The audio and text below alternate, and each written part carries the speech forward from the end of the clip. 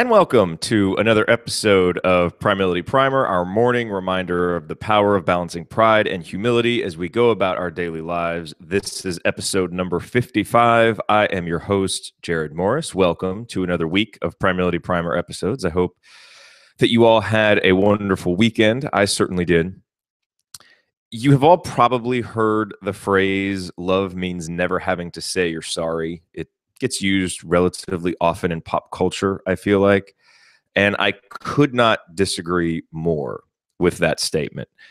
I think that a sincere apology can a lot of times be one of the greatest acts of love that we can show for another person. So I'm not a big fan of this love means never having to say you're sorry. It's a very idealized view, I think, of what a human relationship is like, because ultimately, as I mentioned in episode 54, quoting John McAfee from a podcast episode that I was recommending, we're humans. We're all fallible, and to open ourselves up to other human beings is to, at some points in time, be let down. And that means that we're going to do that. Other people are going to do that. And so understanding what makes a meaningful apology, I think, is important.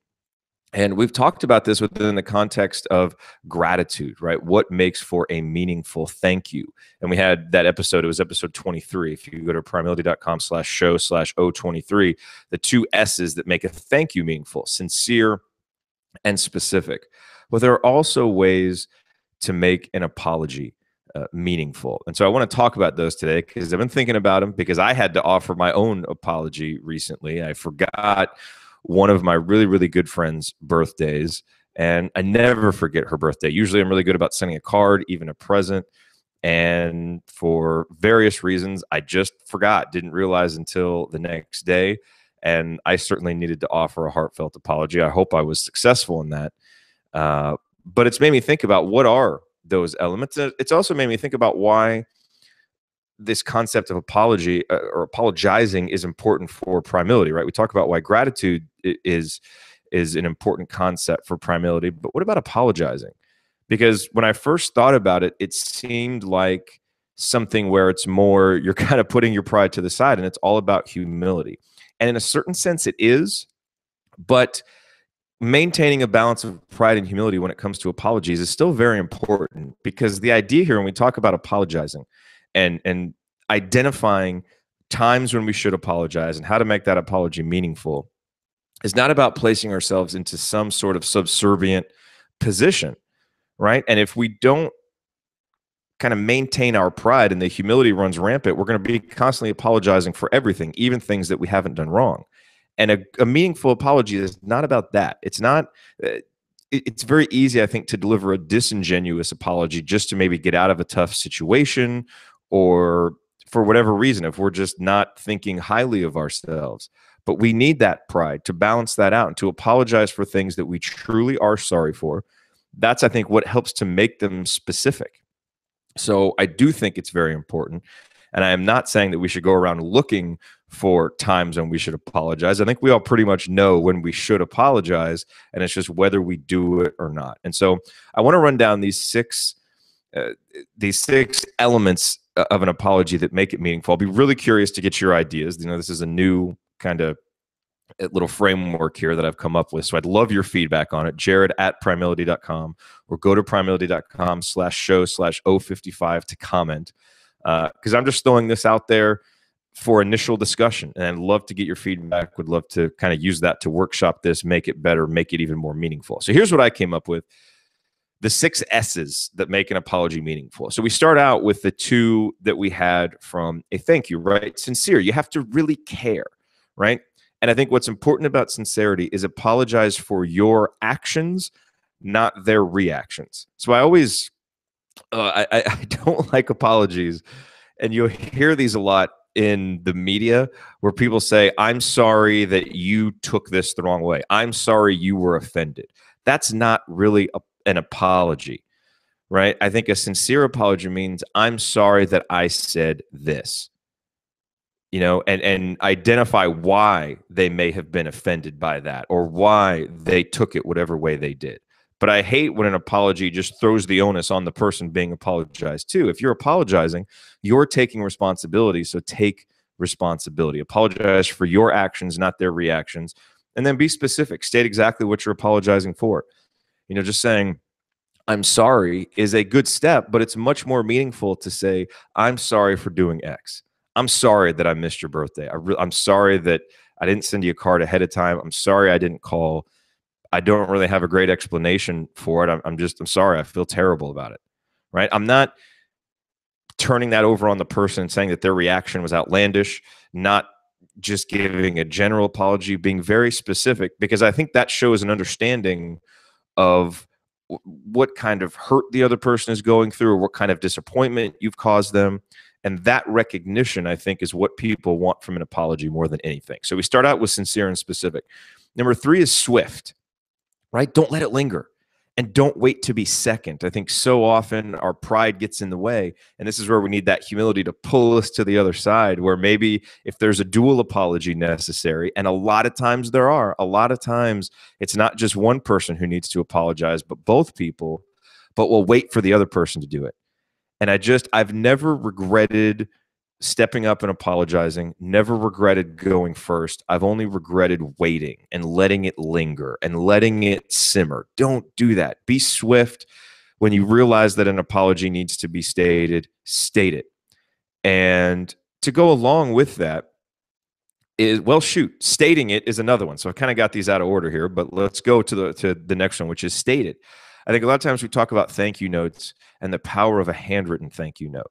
And it's not necessarily that there is something special about getting a card that's handwritten, because it's rare now. We don't get it as often. But it's also because that person knows that you sat down for those 5-6 minutes and wrote out a card.